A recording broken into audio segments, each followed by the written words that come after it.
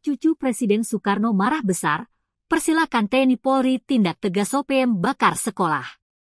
Ulah OPM bakar sekolah di Kampung Borban, Distrik Okbab, Kabupaten Pegunungan Bintang mengundang amarah sejumlah pihak. Betapa tidak, organisasi separatis tersebut sudah memutus masa depan anak-anak Papua. Apalagi, khusus untuk Distrik Okbab, ada fakta pilu di balik peristiwa pembakaran yang terjadi 13 Juli 2024 tersebut. Ketua DPR RI, Puan Maharani, marah besar. Ia memaksa pemerintah untuk bertindak tegas, namun tetap mengedepankan sisi humanis.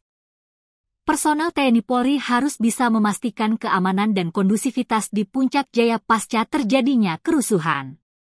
Ia juga mendorong optimalisasi kolaborasi dan kekompakan personel TNI Polri dalam menyelesaikan konflik di Papua.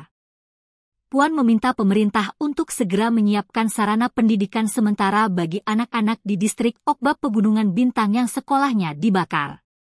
Apalagi anak-anak di Kampung Borban diketahui sangat antusias belajar.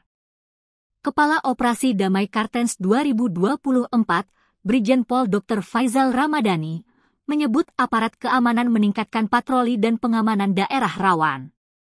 Terpisah, Kapendam 17 Cendrawasih, Letkol Infantri Chandra Kurniawan, membenarkan pelaku pembakaran adalah segerombolan anggota OPM. Saat ini, pasca kejadian, prajurit TNI langsung mengejar pelaku pembakaran.